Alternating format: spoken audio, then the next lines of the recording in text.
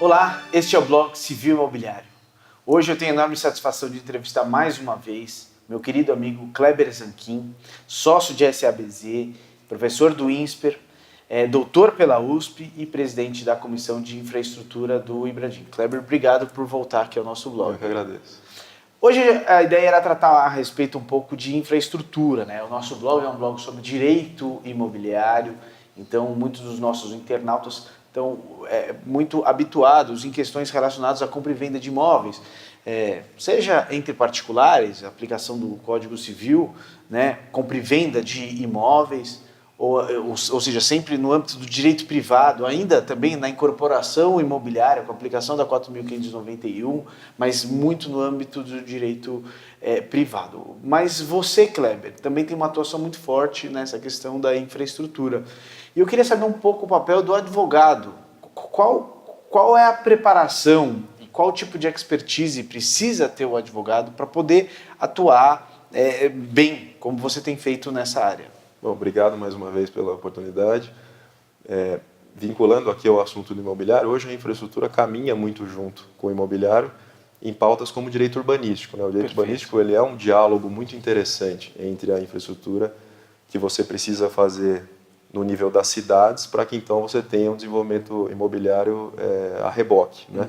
E muitas vezes em projetos de infraestrutura o desenvolvimento imobiliário é considerado uma fonte de receita para o projeto quando o projeto vai se amadurecendo. O que é importante a gente notar é que não existe a rigor um direito da infraestrutura, como existe um direito imobiliário que a gente tem um conjunto de leis e que a gente consegue mais ou menos empacotar, né? A infraestrutura é um fenômeno da realidade de grandes projetos que agrupam um monte de segmentos do direito. E aí você tem um diálogo público-privado que é importante, né? Eu diria que hoje o direito privado ainda é talvez um pouco mais proeminente no desenho da infraestrutura, porque ela é ancorada em contratos de construção que são privados e que a gente sabe que é a espinha dorsal, eles são a espinha dorsal dos projetos. Mas, naturalmente, o direito público vem com muita força, seja quando o poder público é o fomentador da infraestrutura, eu estou falando de concessões, de parcerias público-privadas, aí esses contratos são públicos, né, são as licitações e deles derivam os contratos privados de implementação do projeto. Então o direito público vem muito forte e vem na parte regulatória também, nesses mesmos projetos, porque aí você tem as agências reguladoras e os órgãos de controle que pautam muito do trabalho que a gente faz no ambiente da infraestrutura. Certo.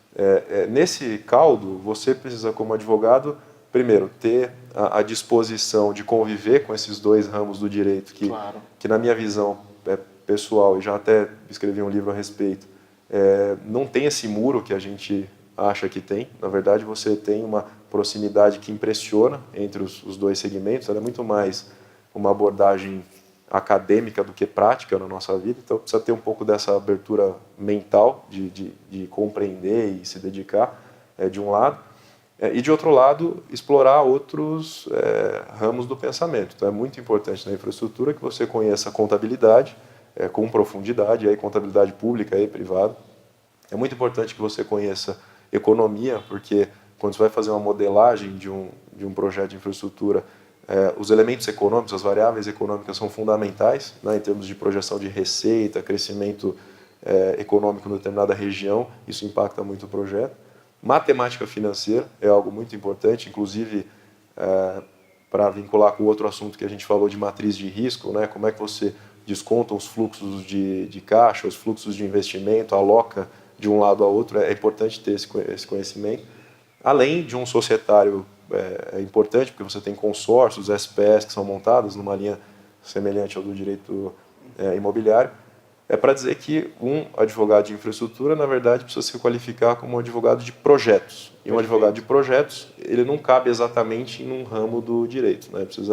E nem só no direito, né? Precisa ter uma abrangência um pouco maior do seu conhecimento. Esse discurso me deixa muito feliz, Kleber, porque eu penso da mesma forma, sobretudo você que é um cara super acadêmico, né? Isso demonstra que às vezes o advogado muito tradicional ele imagina que o melhor advogado é aquele tão somente que é preso aos livros jurídicos, né? E na realidade, quando a gente está tratando com projetos de infraestrutura, você vê a necessidade do advogado conhecer diversos outros ramos. Eu digo isso, aqui no escritório também a gente trabalha muito com vício construtivo. E vício construtivo é basicamente um descobrimento contratual, né? Mas também eu percebi, eu tenho cuidado um pouco a respeito de conhecer um pouco, de fato, questões da engenharia civil, por exemplo, questões de manutenção, obrigatoriedade de manutenção por parte do condomínio. Então, esse seu discurso me fascina muito. Agora, como é que você acha que deve ser a preparação? Porque, normalmente, o nosso internauta, ele é muito preso aos manuais. Né? Hoje, o nosso jurista, ele é formado sobre manuais. Um ou dois autores, no máximo, né? Ele compra aquela coleção jurídica e ele se forma com um manual. Como é que você acha que deve ser a preparação de um jovem advogado que pretenda, portanto, trabalhar nessas áreas? Hoje a gente tem ainda pouco no Brasil e alguns advogados do setor têm tentado fomentar isso, sempre que eu posso eu procuro fazer o mesmo, trabalhar com casos, né? Traduzir os casos num artigo ou de repente num livro em que você relate como foi estruturado aquele projeto. Né? No meu doutorado, o capítulo antes da conclusão é um estudo de caso, que é o caso do metrô de Londres, em que ali eu exploro com algum detalhe como é que o desenho jurídico e tudo que vem acoplado com ele, o econômico-financeiro, foi montado para aquele projeto. Né? Então, no Brasil, a gente já tem algumas coisas como alguns pontos de partida, mas fora, com papers, você encontra diversos estudos de caso, e que você vai pegar primeiro aquela pauta, talvez um pouco jurídica, que vai mostrar qual é o contrato ou qual é o projeto, mas isso vai se refinando nos diversos problemas que tiveram que ser enfrentados. Por exemplo, se esse projeto eu devo contabilizar no balanço público e reconhecer uma dívida para o Estado, ou se é algo no balanço privado, se eu tenho uma possibilidade de, num determinado desconto de fluxo de caixa, numa matemática financeira, alegar que houve onerosidade excessiva ou não houve.